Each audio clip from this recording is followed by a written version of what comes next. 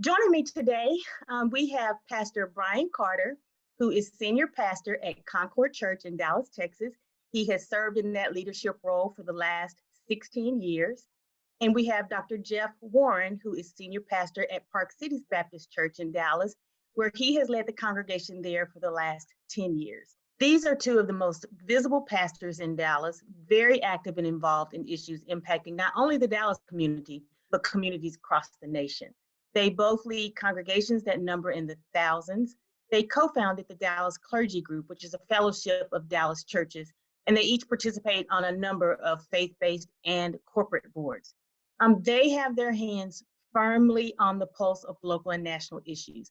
So we could think of no better individuals to talk with about the role of faith in our current national crisis than these two gentlemen. So thank you for joining me. Thank you. Thank you, Rhonda. It's good to be here.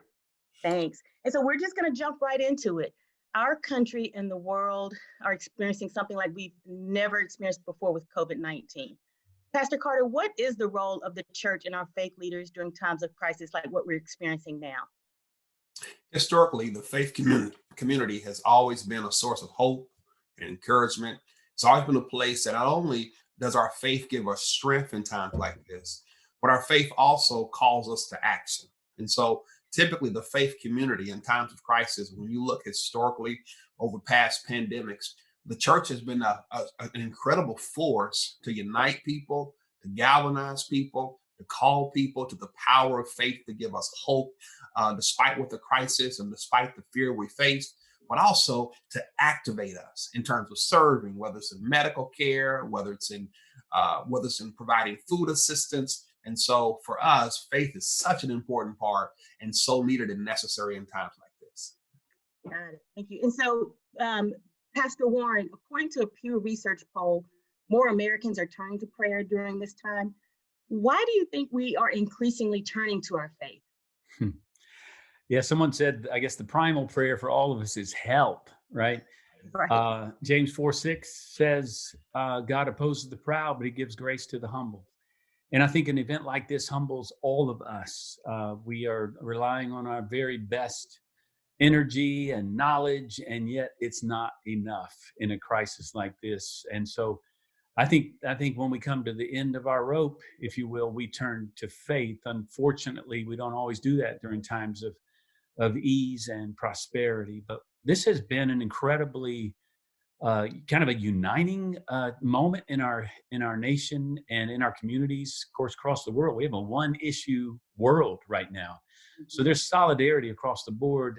We're all in need. And so when we face things beyond ourselves, I think we turn to faith. And I think it's our role then as faith leaders to bring a non-anxious presence into this pandemic and say, hey, we know where our hope is. And so we can trust in the one who cares for us when we don't know how to care for ourselves. Exactly. And so as a result, have you seen an increase in attendance? We've seen a big increase. Now we need to be careful with that. We had record numbers Easter Sunday. I'm supposed they did at the Concord Church as well, but thousands of people joining us online. And then our Zoom, our connect groups, we call them. All of our groups have record numbers, but you realize, where is anybody else going to go, right? Right. But it's been a beautiful thing. So we're grateful for that. But, with all that we can say about online connection, virtual connection, it's nothing like being together. So there's a tension there, but we have seen our numbers rise. Yes. Mm-hmm. And so that's interesting that you comment there's nothing like coming together, because that also begs the question with the increase in internet access and social media access and streaming that all of us do. Are you concerned about people coming back when the church doors open again? I think all of us are. I think, as Pastor Jeff mentioned, on one side, it's an exciting time. Well, it's a time of mixed emotions. Mm-hmm. On one side, our hearts break for the hurt and the suffering and the difficulties that so many are facing, the fear and the anxiety that rests there. But there's great hope because the church has pivoted so fast and begun to use technology in a way that's allowing us to reach and connect with people in fresh and meaningful ways. Mm-hmm. But at the same time, we do wonder what will the new normal look like Right. when this all ends. On one side, the positive is people are being equipped so they can worship at home and worship with their family or worship with their loved ones together. But on the other side, how do we take the best of this world and then unite it with the best of the in-person experience? And so we're hopeful that God does something incredibly significant when all this ends. Mm-hmm. Mm-hmm. And so, Pastor Warren, do you mind weighing in on that question as well? Yes, so I agree. I think a younger generation, in particular, the younger you get, the more you're going to be online. So I think a lot of churches are catching up with where so many of our Right. students, everybody talking about millennials. It's now Gen Y that are online. David Kinnaman calls it digital Babylon. That's where we are living even as Christians in digital Babylon. In other words, we're out there and there's a lot of information coming at our young people, coming at all of us. So if we can get into that space with the truth of God and with an optimistic, hopeful voice instead of what we're seeing. We've seen during the pandemic, even I've seen numbers of pornography and such on the rise. So there's also the negative sides of that. So we've got to step into that space. And I think it's been fascinating, as Pastor Carter said. I think a lot of churches, I know ours has, we've moved to new levels in terms of engagement online. That's going to be a great thing moving forward.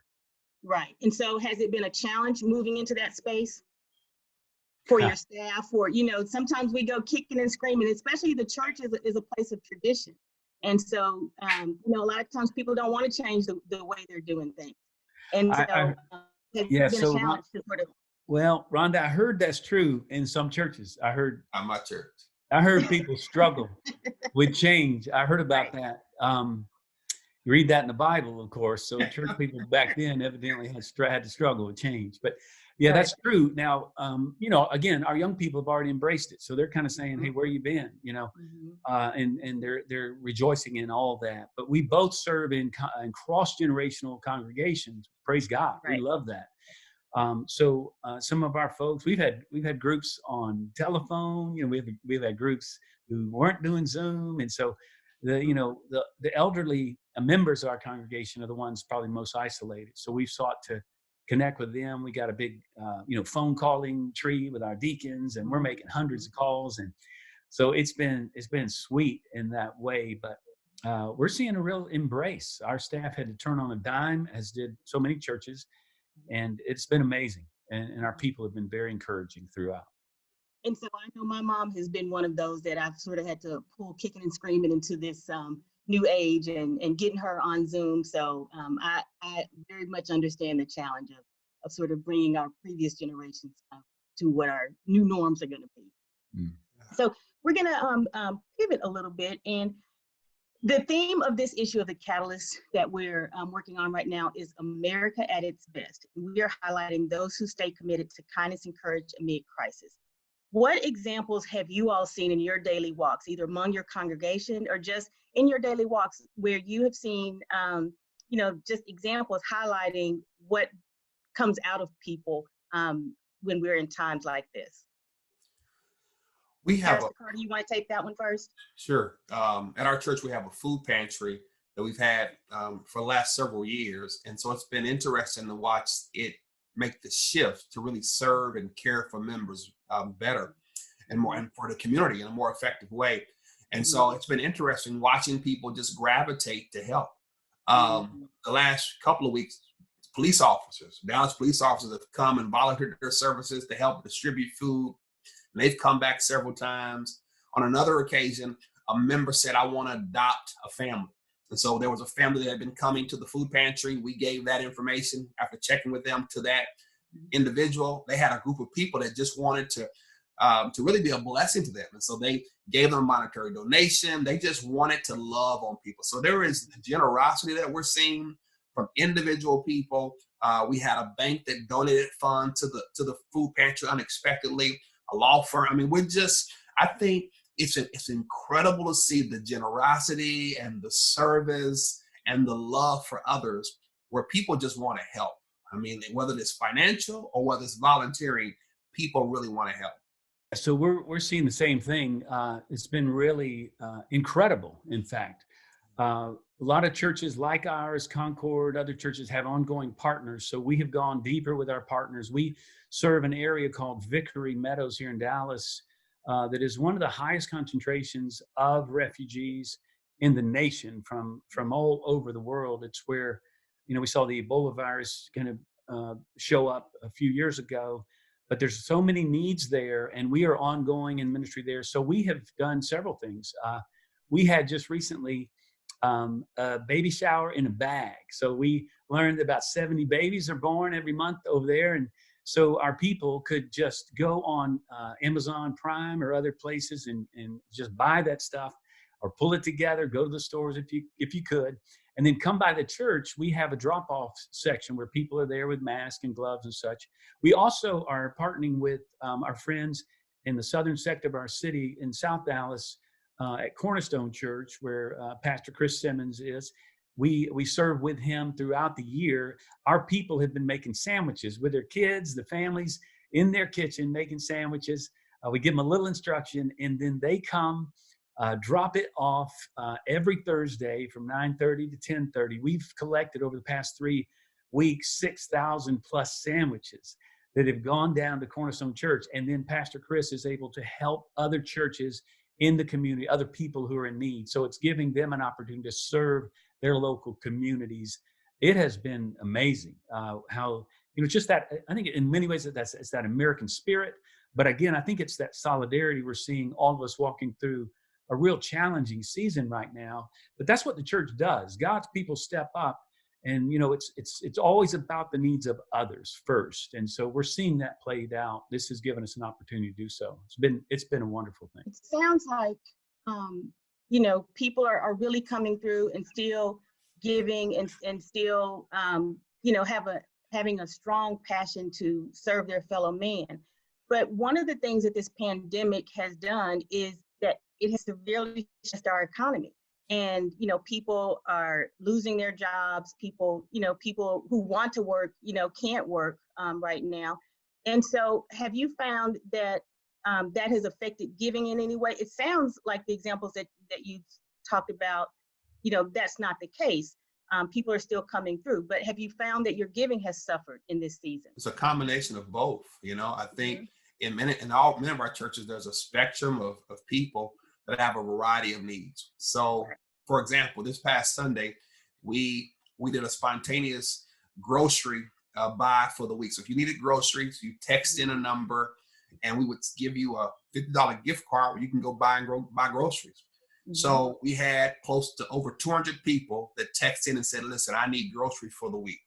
But in our same church, you had somebody that texted in and said, Pastor, hey, I want to sponsor 25 people. I want to sponsor 10 people. So it's this, it's kind of a spectrum where many people have been furloughed in certain industries and are been unemployed.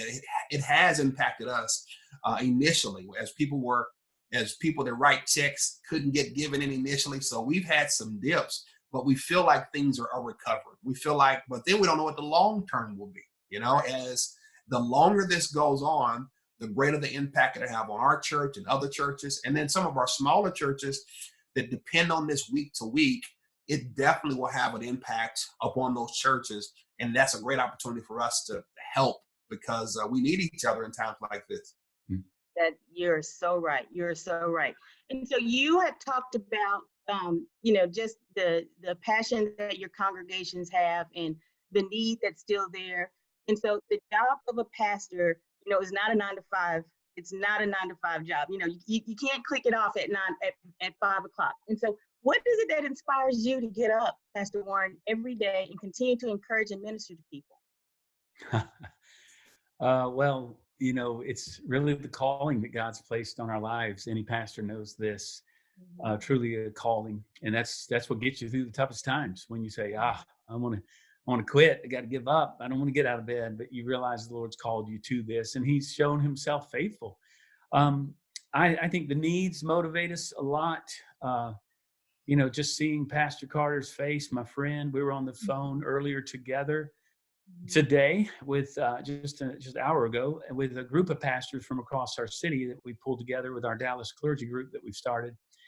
And that's encouraging, to know there are others walking through this. We're talking to pastors every day who are sharing the same concerns and even anxieties and worries and such. So that's a real gift for us. But I would say that the people we love, love is the greatest motivator. And so when you're shepherding a people and you love them, the first task of a shepherd is the safety of the sheep and to care for the sheep. And so that's what kind of gets me up every day. Grateful to have a loving wife and family, but friends like Pastor Carter who encourage me, keep me going. Well, you guys, I know Pastor Carter, you do a morning prayer every morning that encourages so many people, and that keeps us going. You answer that question. What is it that inspires and keeps you going? Yeah, I mean, I agree with everything that Pastor Jeff says. Um, I think one of the challenges about this season is not, I mean, pastors, yes, but any leader. I mean, if you're a leader in this season, this has stretched you. If you're in charge of anything or responsible for anyone, it really has stretched every single leader, making tough decisions, leading in uncertainty. And so it's been very difficult. But I think, like Pastor, I think you got to find what really my faith and my relationship with the Lord. I was telling someone my devotional life, it ebbs and flows. I wish I was consistent, but I tell you what, it's back on. It's been very consistent the last couple of months, and I've enjoyed it. I've needed it. It gives me the refreshment that I need. My family, being quarantined with my family has been really a blessing. Just to hang out with them, talk with them, play with them, take walks. I mean, it's been so between that and our church, our church is very affirming and encouraging and watching them, how they respond. So all of those things, calling, all those things kind of keep you motivated, because some days are hard. Some days you're like, man, this was not a good day. But somehow the Lord sends somebody, like Pastor Jeff said, that weekly call with pastors really keeps me encouraged, because it just helps us to know we're not alone. And so I want to talk about in a recent message where President Bush was speaking about the COVID pandemic. He said, we have faced times of testing before. Now, he was talking in that message about 9/11, but I want to roll the clock forward a little bit to 2015, when there was rising tension in the African-American community around race-related deaths in our country. And the two of you came together, and tell us what you did, Pastor Warren, during that time. Yeah, so people will remember so many, from Trayvon Martin to Michael Brown, Eric Garner, names that most of us remember and know. So many things were happening during that time. And it was then in 2016 that we had the police shootings here in Dallas. Mm-hmm. Pastor Carter and I were already involved in justice issues here in the city, racial reconciliation. We'd become friends some 8, almost 10 years ago now. And so out of our relationship, we just continue to say, after Michael Brown, after Ferguson, we said, what if Ferguson happened here? And we realized we weren't ready. How can we serve together? How can the church step into that space if we don't know each other? So we realized, we have a really tale of two cities here in Dallas in so many ways, but we have seen an amazing thing happen over the past 10 years, how the Lord's brought us together. I think our friendship really sparked a lot of other friendships as we began to get pastors together, get to know each other. And I think we see a different landscape today in terms of relationships. We got a long way to go. And this COVID-19, any crisis like this reveals a historic systemic racism in a city. When you look to see where the testing is taking place, where healthcare is provided, where it's not, you can almost take a redlining map of the 1930s and you look and see the life expectancy in certain zip codes, and it is a long history. So we've got a long way to go, but we've seen incredible moves forward, and I praise God for that. Grateful. So we're referring to pulpit swap when you guys exchange congregations, so to speak.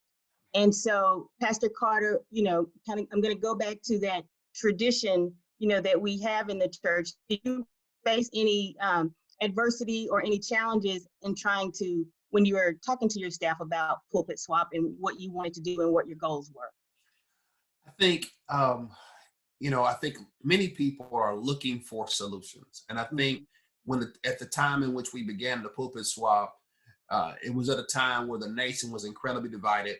It was a time where there was a lot of misunderstandings around how to really interpret some of the issues that were happening between the police and African Americans. And so our goal was to kind of step into a place and really help the faith community in Dallas, and as we partner with other churches, to really view this through a biblical lens of justice.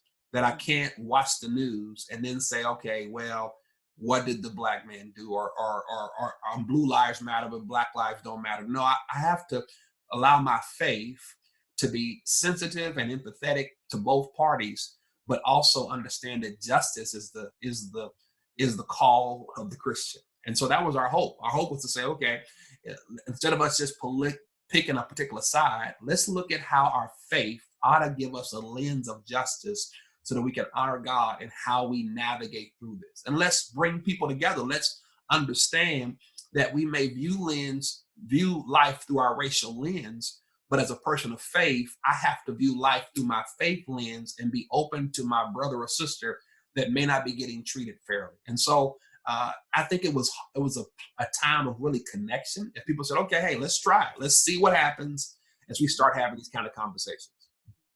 And so as you started having those conversations and the two of you were leading others through that, not only other clergy, but your congregations. Pastor Carter, did you learn anything about yourself in that process? I guess I learned I've always been this kind of bridge builder, and I don't know, it's just been a part of my story. Maybe it's my age and how I grew up in integrated schools and then went to a predominantly white college, and maybe it was me navigating in both spaces that gave me a grace to be able to feel like, maybe we can have this conversation. So I learned to be comfortable in who I am. I learned to embrace this responsibility to speak to both sides about the work that needs to be done. And I learned here's the other thing I learned. I learned that having the conversation about race is only the very beginning. Pastor Jeff mentioned it. It is the historical issues that every city carries, whether it's around education, economics, healthcare, even in its own crisis. In Dallas alone, 42% of households lack broadband. So they don't have Wi-Fi. So they don't have networks. They can't afford it. And so all of these issues are racial issues. So when you talk about addressing racial reconciliation, you're talking about business practices. You're talking about educational experiences. You're talking about opportunities to access to capital. And so this is not us just sitting around talking. It's about us challenging the people in our churches to use the experience and use the power that they have, influence they have, to leverage it to help all people in our communities. Right. Well, these are important conversations. And so 5 years, I guess 5 years later, at this point, Pastor Warren, do you feel like you've had an impact? Have you moved the needle any towards your goals? I think so. It's interesting how we would kind of take 2 steps forward, a few back at times, which is discouraging at times. I feel like, is this ever going to go away? And so there have been times when we've seen something on the news, or yet another young black man is shot and killed. And I've been on the phone with Pastor Carter. Just my empathy has grown so much over the time and getting to know him and others. I mean, I'm just on the phone, weeping, just telling him, I'm sorry. I'm so sorry. And we got it. We can't give up. We got to keep going. So I'm encouraged. My quick answer is I'm encouraged by a lot that's been done, because relationships have been built. And that's the first step. We've said that empathy is the pathway to peace. But before we get to empathy, there's an ignorance that we've got to overcome, a barrier of ignorance. And so on the white side, I think, the Lord's placed me in a position where I have a voice. When Dr. King wrote his letter to Birmingham jail, from a Birmingham jail, he was calling out white moderates. And meaning our problem is not the KKK, it's not the White Citizens Council at the time, white supremacist group. He said it's the white moderate. It's the person the white man or woman who's in a place of influence, who will not step in the fray and get involved and speak into this. So that's been what the Lord's called me to be, as a prophetic voice in the white community. And it doesn't come without its challenges. And Right. so I'm just grateful that we've seen some great things happen here in Dallas. Yes. That's awesome. It's been a blessing. I have been blessed to be in the audience at Concord when you have come to visit. And so this is great and important work. We have so much farther to go when it comes to race relations, not only in Dallas, but, you know, across our country. And so I applaud the work that you all are doing. And I'm just encouraged by, you know, the contribution that you're making. So thank you so much for your efforts there. Thank you, Rhonda. So to close us out, I'm going to go back to COVID for a moment. Mark Thiessen, who is the Washington Post political columnist who has a very partisan viewpoint, recently tweeted a request for for prayers for his 91-year-old mother who was in the hospital with COVID. And he wrote that one of the responses that touched him the most was a person who made this comment: "I despise your political takes. However, I pray with every fiber of my being that your mom is okay. God bless." And so, you know, that's pretty powerful, especially when you think about, you know, the political discourse in our country. So how can we use faith to help bring us above the fray in our discourse with each other? I mean, whether we're talking about politics or race relations or any topic where there are strong opposing viewpoints. Pastor Warren, you want to take that one first? Yes, I would echo what Pastor Carter said earlier. You know, our faith has to lead the way. In that case, you see, the need was greater than any political view or disagreement. You have a person's life on the line, and when we really step beyond partisan politics, such a polarized nation we live in, and you get past that as a believer, the scriptures, the way of Jesus is what guides me. And so what happens is when I speak into social issues or call out a leader, as Jesus did, who's not following the way of Christ, that gets us in a difficult spot. And yet, you know, just as when we come to the race issue, I've said, you know, my Jesusness must trump my whiteness. You know, my Jesusness leads the way, not my whiteness, not my race. And in the same way, though, beyond that, Christ, the way of Jesus, is not a partisan, you know, way. And so if you're going to follow the way of Jesus, speak into social issues, you're going to find yourself on either side of the political aisle. So I've got people in my church who I'm sure think I voted one way, and others think I voted another way. They can't figure it out because I'm going to follow the way of Jesus. And that's going to get you on both sides of the aisle. And kind of a dangerous place to be, but that's where Jesus was. He was nobody's boy. He was nobody's party. And they couldn't nail him, and they couldn't nail him down. And if we're going to follow Jesus, that's what's going to happen. And so, Pastor Carter, when this current crisis has passed and we settle into our new normal, what do you hope we hold on to? You know, I think everyone is trying to figure out. I think today I just wanted to go to lunch with someone. I just said, listen, it'd be nice to go have lunch with some friends, you know. And so there is this balance that on some sides, the stillness, the appreciation for nature, the appreciation for the little things, the gratitude. There are some things that I think we all ought to hold on to. But at the same time, as we transcend back, there ought to be a balance where all of us can admit we were far too busy, moving too fast. So hopefully we can find a good balance between quiet moments, time with family, time with friends, time connecting, while at the same time still enjoying life.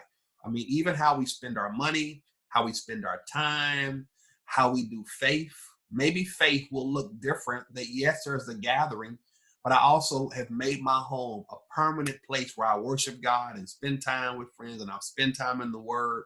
So my hope is that we can somehow find the balance of both. that we were far too on the other extreme before this came, and now we're on the other side of the extreme. So hopefully there's a balance in between this where we can appreciate both the stillness but also the right pace of life. Well, you know what? On that note, I was going to offer you guys the opportunity to have any final thoughts, but you know what? I think that was a perfect way to end our conversation. And Yes. so I want to thank the two of you so much. This has been an important conversation. You know, faith is so important in our communities, and you know, I'm encouraged by the numbers going up. And one of the things that I hope we hold on to is that I hope that continues to increase. Right. You know, that people continually turn to their faith, and those who are turning to their faith are able to share it with others, and that, you know, this is just a trend that continues. So Right. thank you both so much. Thank you. This has Thank been a you. wonderful conversation, and I appreciate you joining me. Thank you, Rhonda. Thank you.